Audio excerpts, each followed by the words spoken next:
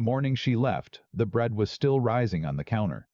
She had kneaded it before dawn the way she always did. Before the household stirred, before the cook arrived, before anyone needed anything from her. Her hands had moved through the familiar motion, press, fold, turn, and she had thought about nothing in particular, which was the only kind of thinking she was allowed anymore. Her name was Clara Ashford. She was 26 years old, and she had been Mrs. Ashford for 4 years, 3 months, and 11 days. Not that she counted. She did count. The house on Meridian Street was everything a woman of her station was supposed to want. 3 floors of pale limestone, east-facing windows that caught the morning light, a garden that Mrs. Pyrie, Whitmore next door, said was the finest on the block. Clara kept it that way. She had learned, early in the marriage, that the garden was one of the few things that was actually hers, or hers to tend at least, which in 1887 amounted to the same thing. She had married Edmund Ashford the autumn she turned 22, at the urging of her father, who was a practical man and saw no reason for sentiment to complicate a sensible arrangement. Edmund was 34, recently widowed, owner of the Ashford textile mill on the east side of Providence. He needed a wife who could manage his household and appear pleasantly at his side during civic dinners. Clara's family needed the connection. Everyone agreed it was a fine match. No one asked Clara. She did not say this aloud then, or ever. She simply wore the dress her mother chose, and stood at the altar and said the words she was supposed to say. And afterward she moved into the limestone house on Meridian Street, and began the work of becoming Mrs. Ashford. The work was not small. Edmund entertained frequently, partners from the mill, aldermen, men who arrived smelling of pipe tobacco and left behind rings on the mahogany table that Clara quietly wiped away before morning. She planned the meals. She managed the household accounts with the kind of precision that Edmund never noticed and would have found embarrassing to acknowledge. She wrote his correspondence when his handwriting failed him, which was more often than anyone knew. She smiled at the right moments. She laughed quietly at jokes she did not find funny. She did not complain. What she did in the small hours before the house woke was read. Her own father's library had been modest but particular.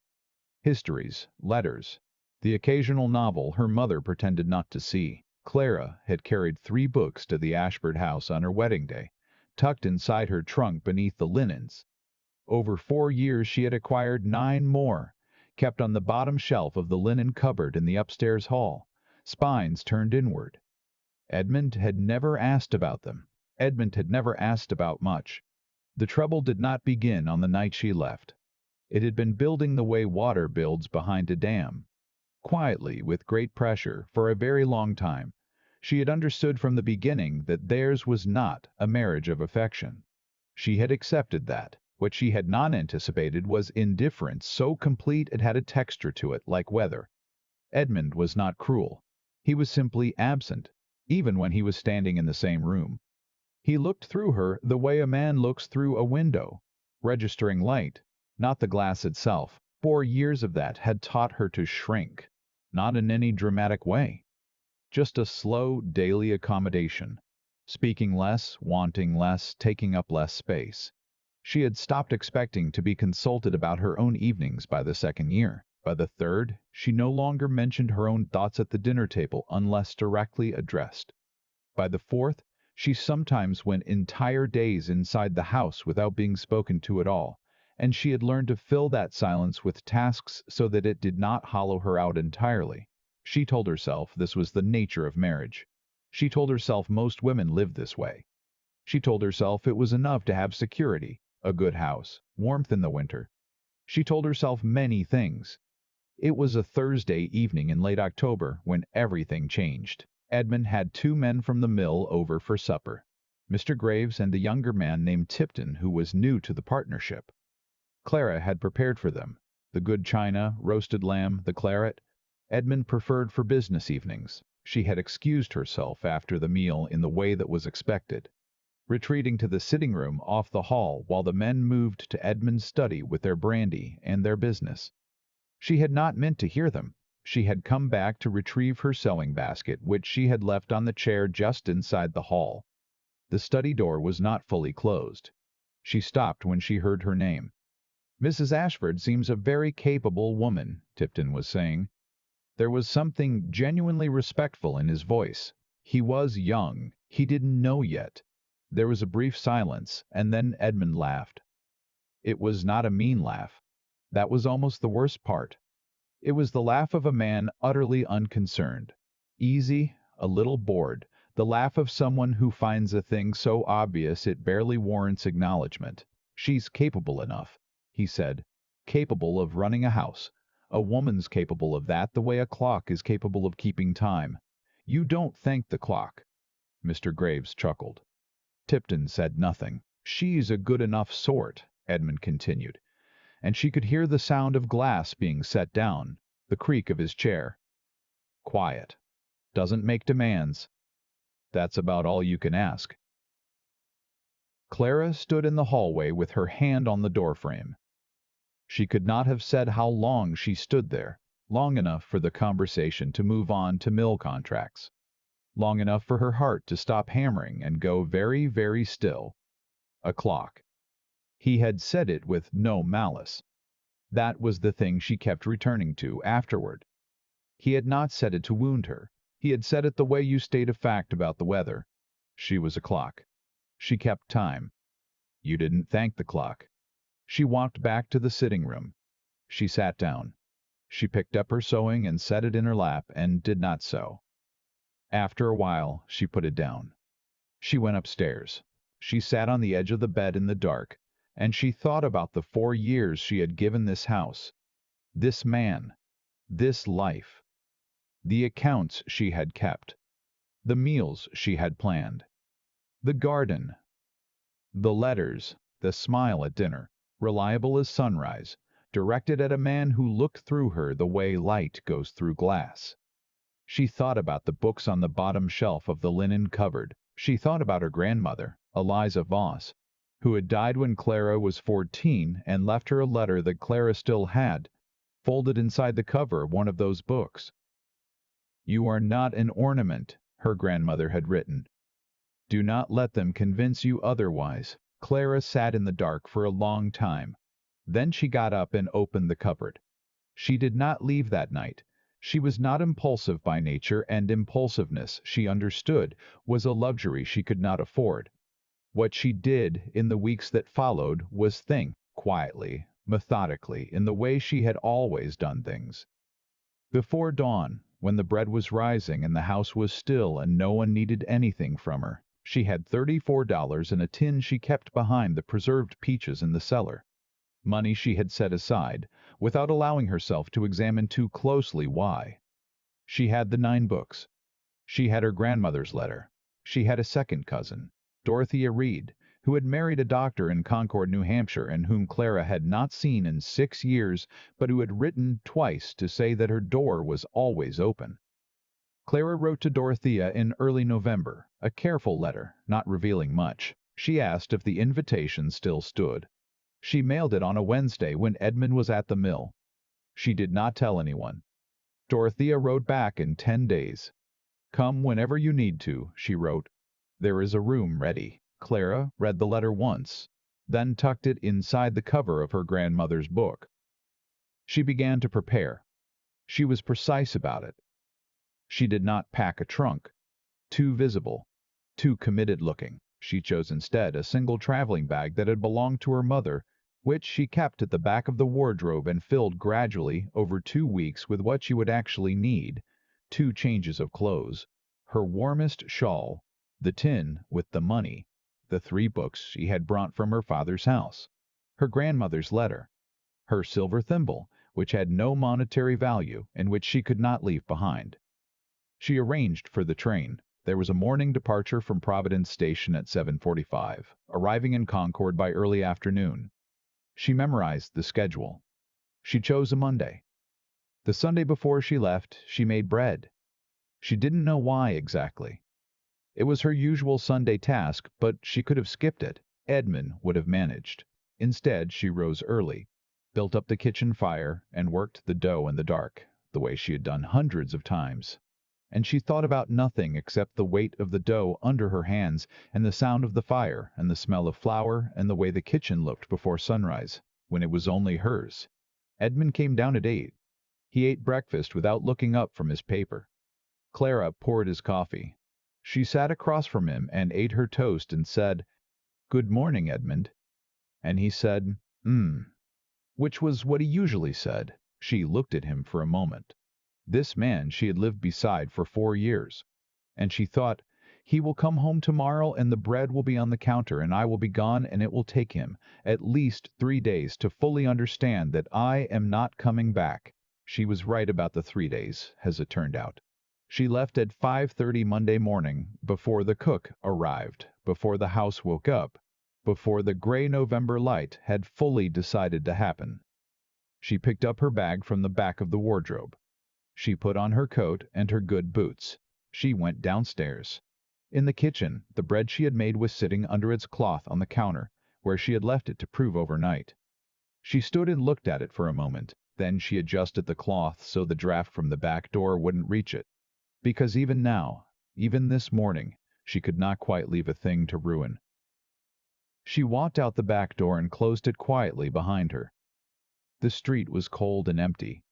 Her breath made small clouds in the air. She walked the 11 blocks to Providence Station with her bag and her books and her $34, and she did not look back at the limestone house on Meridian Street. Not because she was certain.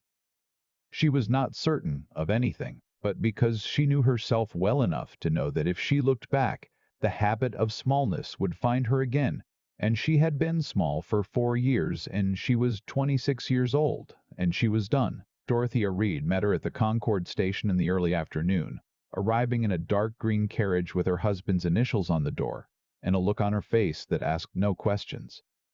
"You look tired," Dorothea said, taking Clara's bag without being asked. "I'm all right." "You're allowed to not be all right." Clara looked at her. Dorothea had her mother's practical eyes and a directness that the Voss women seemed to carry in their blood like iron.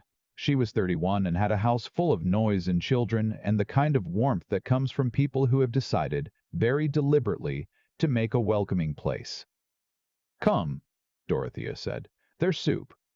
The house was on a quiet street above the river. It had a parlor that smelled like wood smoke and a cat that sat on the windowsill and regarded Clara without judgment, which she appreciated.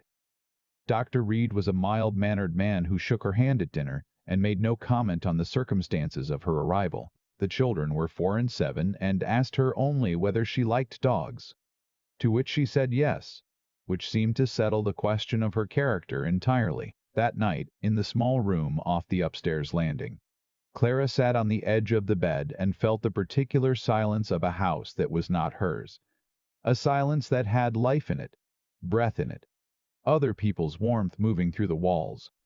She was not happy. She was not unhappy. She was something she didn't have a word for yet. She thought the word might come later. She thought a lot of things might come later. She took her grandmother's letter from the cover of the book and read it again in the lamplight, the paper soft from so many readings.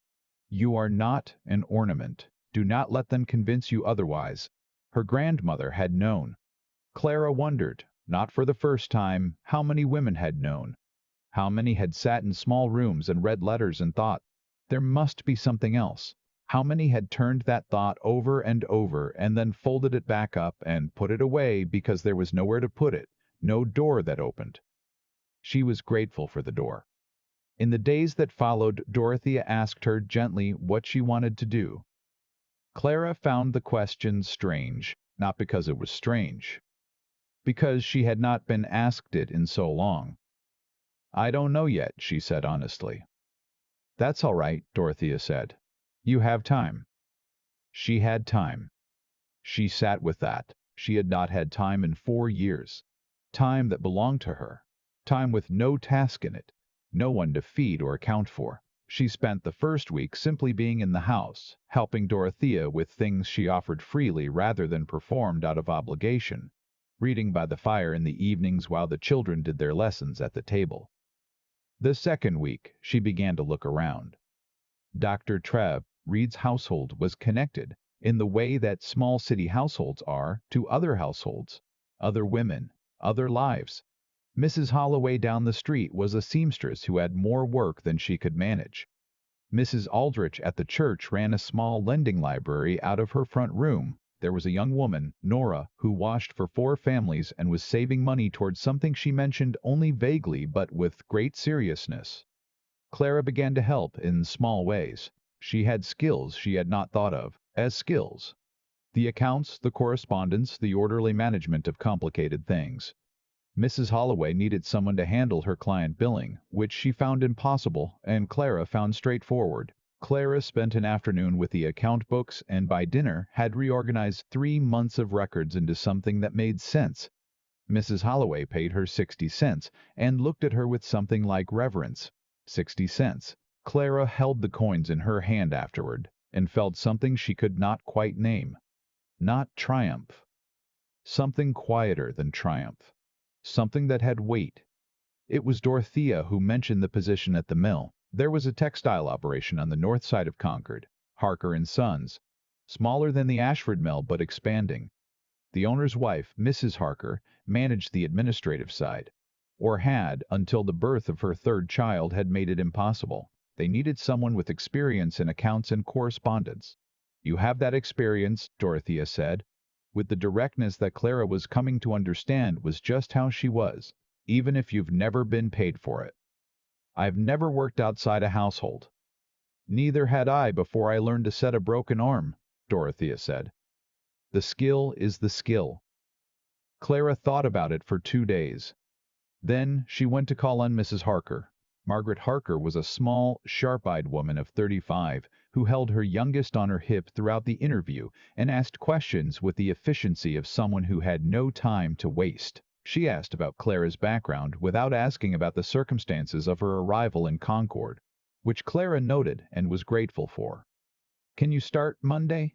Mrs. Harker said finally. Clara said yes before she finished the question. The work was not glamorous. The office at Harker & Sons was a cold back room with a stove that smoked and a desk that wobbled. The accounts had not been properly maintained in 4 months, which meant Clara's first 2 weeks were mostly reconstruction work, tracing orders back through receipts, reconciling figures that didn't match, writing letters that were professionally firm about late payments. She loved it. She loved it in a way she hadn't loved anything in years, possibly in her adult life. Not because it was easy, it wasn't, but because it was hers. Every problem she solved was solved by her, with her own mind, and the result bore her name and no one else's. When a supplier wrote back to confirm a dispute was resolved, the letter was addressed to Miss Foss, which she had used deliberately, and when she said it in the files she felt something shift in her chest, small and permanent. She started saving. It was not fast. The position paid $40 a month, and room and board with Dorothea cost $15, and there were always small necessary expenses, but she kept strict accounts. Of course, she kept strict accounts, and she watched the savings grow the way she had once watched the garden, with the particular patience of someone who understands that things grow in their own time. By April, she had $97. By July, she had $160. Edmund found her in May. She had not been hiding. Concord was not so large and she had made no particular effort at concealment, partly because she believed it would be undignified, and partly because she had done nothing wrong and refused to behave as if she had. She had left a note on the kitchen table the morning she departed, brief and clear. "I am going. I will not be returning. I wish you no ill." She had signed it with her name, her full name, Clara Voss, Ashford, which she had not written with that middle name in 4 years. Edmund arrived on a Tuesday afternoon in May at the office. She looked up from the desk and saw him standing in the doorway and felt, not fear, not regret, something neutral, like recognizing a landscape you've traveled through but do not miss. He looked older, slightly. He had his hat in his hands and he was working the brim with his thumbs, which was a nervous habit she recognized from the early marriage and had not seen since. "Clara," he said. "Edmund?" He looked around the small office. At the stove and the wobbling desk and the organized stacks of files, she watched him take it in. "You're working here," he said. "Yes." "As A, I manage their accounts and correspondence," she said. "I have since December." He was quiet for a moment. She had the impression he had come with something prepared, and the office had disrupted it. "I want you to come home," he said. He said it flatly, without particular feeling, which she thought was probably the truest version of what he meant. "No," she said. Also flat, also without particular feeling. "Clara, I'm not angry with you, Edmund." She put down her pen and looked at him directly, which she had learned to do in the last months without it costing her anything. "I want you to understand that I'm not angry, but I'm not coming back. The house is yours. You're welcome to it." He turned the hat in his hands. "People will talk." "They already are," Clara said. "It hasn't killed me yet." He stood for another moment. She thought he might try something else, a different argument, or something that looked like feeling, but Edmund Ashford was, at his core, an honest man about his own limitations, and what he finally seemed to arrive at was that he had nothing left to say. He put his hat on. He looked at her once more, and she thought she saw something in his face. Not love, not quite remorse, but something adjacent to recognition. As if he were seeing, for the first time, what had been in the room with him all along. "All right," he said, and he left. She sat still for a moment after the door closed. Then she picked up her pen and went back to the accounts. The summer she turned 27, Clara rented a room of her own on Elm Street, 2 blocks from the office and 1 block from a lending library she had already used extensively. The room was small, a bed, a desk, a window that overlooked a maple tree that was just beginning to turn. The landlady, Mrs. Foss, was a widow of 60 who asked few questions and appreciated quiet tenants, of which Clara was an exemplary one. She arranged the room in an afternoon, her books on the shelf above the desk, grandmother's letter tucked into the first one. The tin, now largely empty of its original $34, replaced with a different kind of accumulation, on the window sill. The silver thimble she set on the desk, where she could see it. She stood in the middle of the room and looked around at all of it. It was not the limestone house on Meridian Street. It did not have east-facing windows, or a garden that Mrs. Whitmore said was the finest on the block. It was one room on the second floor of a building that smelled faintly of cedar and old wood, and the maple outside the window was already losing its leaves. She thought it was the finest room she had ever been in. Nora, the young woman who washed for 4 families and saved towards something unspecified, had, by autumn, named the something she wanted to open a laundry of her own. A proper one, with equipment, on the commercial street near the station where the boarding houses were, and the demand was constant. She needed a business plan, and someone who could write figures in a way a banker might take seriously. Clara spent 3 Sunday afternoons with her and came away with something she was quietly proud of. 12 pages, precise and clear, with projections based on actual boarding house figures she had obtained by asking, and receipts Nora had saved in a biscuit tin under her bed. Nora got the loan. The laundry opened the following March, and Clara went to the opening, and they stood on the sidewalk outside, and Nora said, with the gravity of someone making a true statement, "I couldn't have done it without you." Clara said that was not true because Nora had done all the real work, which was also true, and they shook hands in the way of people who understand each other. Walking home that afternoon, Clara thought about her grandmother's letter. She thought about the women in the textile mill, and the women in the boarding houses, and Mrs. Meaners, Harker with her baby on her hip and her sharp questions. She thought about Dorothea, who had opened a door without being asked and without requiring anything in return. She thought, this is what it looks like. Women helping women carry things. Not dramatically, not all at once, just consistently, over time, in the ordinary way that water changes stone. She thought she would like to keep doing that. She thought there was more of it to do. That winter, Mrs. Harker asked if she would be willing to take on a second role, teaching 2 mornings a week at the women's reading circle that met in the church hall. bookkeeping basics, practical things. The mill employed a number of women who were managing household money in conditions that might have been easier with different tools. Would Clara consider it?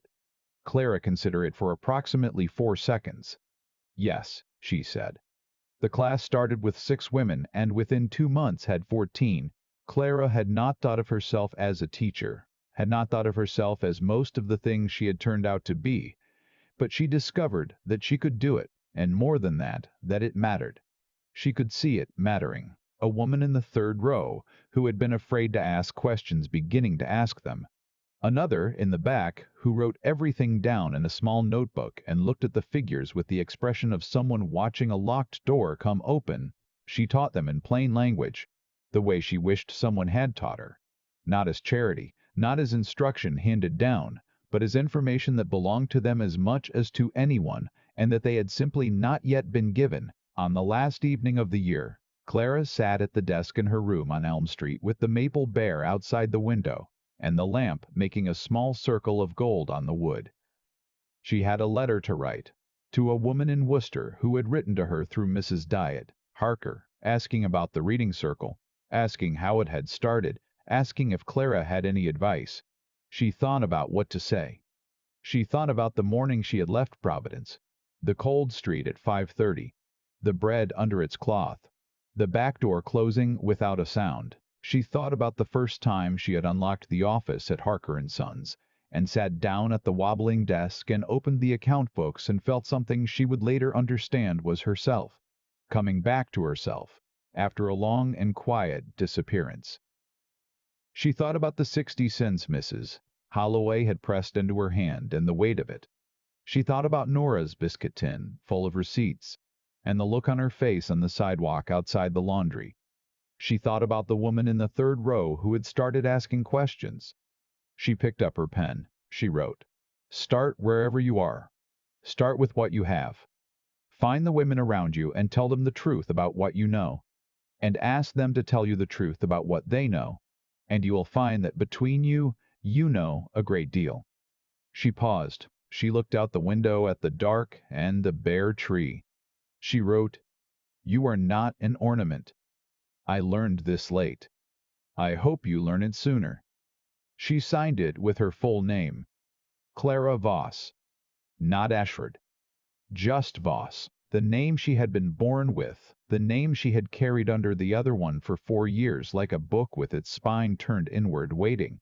She folded the letter, addressed it, set it beside the lamp to send in the morning. Then she opened her accounts ledger, her own, personal, meticulous, nobody's business but hers, and she wrote in the final entry of the year. The number was good. It was not a fortune. It was enough. She closed the book and blew out the lamp. And outside the window, the maple stood black against the winter sky, bare and patient and entirely itself, waiting for spring.